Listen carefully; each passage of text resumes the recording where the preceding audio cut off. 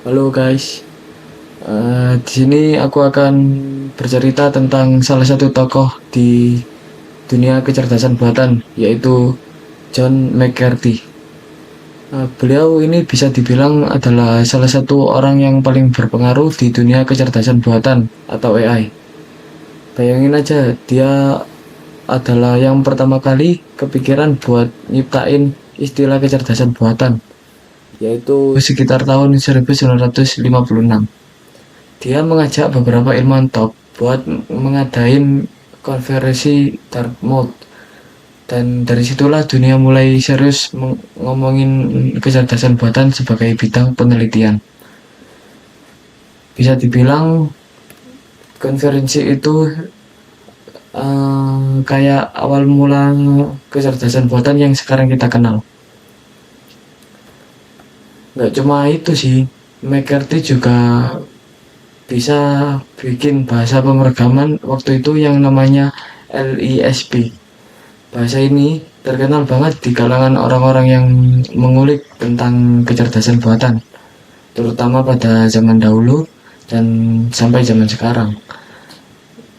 Bahasa LSP ini masih dipakai buat penelitian kecerdasan buatan. Bayangin, bahasa yang dia lebih baik, bahasa yang dia bikin lebih dari setengah abad lalu masih relevan. Jadi kayak fondasi buat banyak hal di bidang kecerdasan buatan, termasuk pengembangan sistem yang bisa berpikir secara simbolis canggih kan. Itu yang beliau ciptakan. Uh, nggak sampai di situ, dia juga mengenalin konsep yang namanya logika predikat, yang intinya bikin komputer bisa berpikir pakai logika buat menyelesaikan masalah rumit.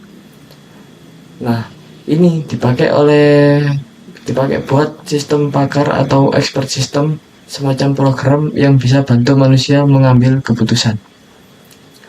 Kalau kalian bayangin, teknologi ini udah kayak cikal bakal dari AI yang bisa berpikir dan ambil keputusan sendiri kayak di film-film. Uh, Terus dia juga ngebantu banget dalam pengembangan time sharing, teknik yang bikin beberapa orang bisa akses komputer secara bersamaan.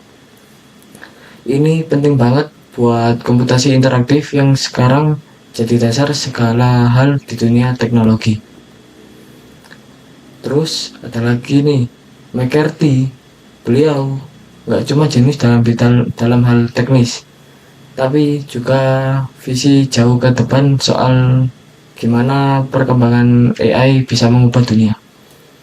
Dia percaya banget kalau kecerdasan buatan itu bukan sekedar teknologi canggih buat mengotak-atik data, tapi punya potensi buat bantu manusia mengatasi masalah besar kayak krisis energi, kesehatan, bahkan pemahaman tentang alam semesta. Jadi dia nggak cuma mikir gimana cara bikin komputer jadi pintar, tapi lebih ke bagaimana AI bisa bikin hidup kita semua menjadi lebih baik. Pemikiran visioner kayak gini bikin McCarthy dihormati, nggak cuma sebagai ilmuwan, tapi juga sebagai pemikir yang benar-benar mengubah arah perkembangan teknologi. Tapi ya, kecerdasan buatan ini kan dibuat sangat pintar, dibuat menjadi sistem yang sangat pintar sampai melampaui manusia.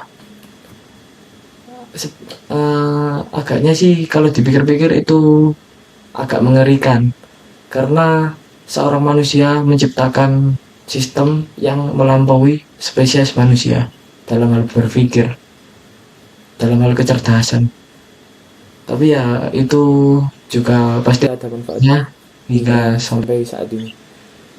Lalu yang paling keren dari beliau McCarthy ini, itu bukan cuma karyanya yang banyak bikin terobosan teknis, tapi gimana dia melihat AI sebagai sesuatu yang bisa menyelesaikan masalah manusia.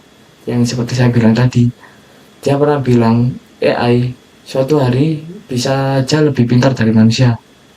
Dan itu bisa banyak ilmuwan sekarang makin terdorong buat mengejar mimpi dalam dunia teknologi. Jadi meskipun dia udah meninggal tahun 2011, pengaruhnya masih kerasa sampai sekarang.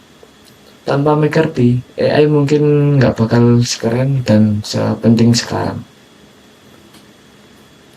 Patut diapresiasi lah hasil dari kecerdasan McCarthy ini. Jadi hingga sampai kita ini banyak apa itu banyak memakai yang namanya kecerdasan buatan untuk menjalankan kehidupan kuliah dan lain sebagainya. Ya, begitulah singkat ceritaku tentang tokoh yang paling berpengaruh di dunia kecerdasan buatan.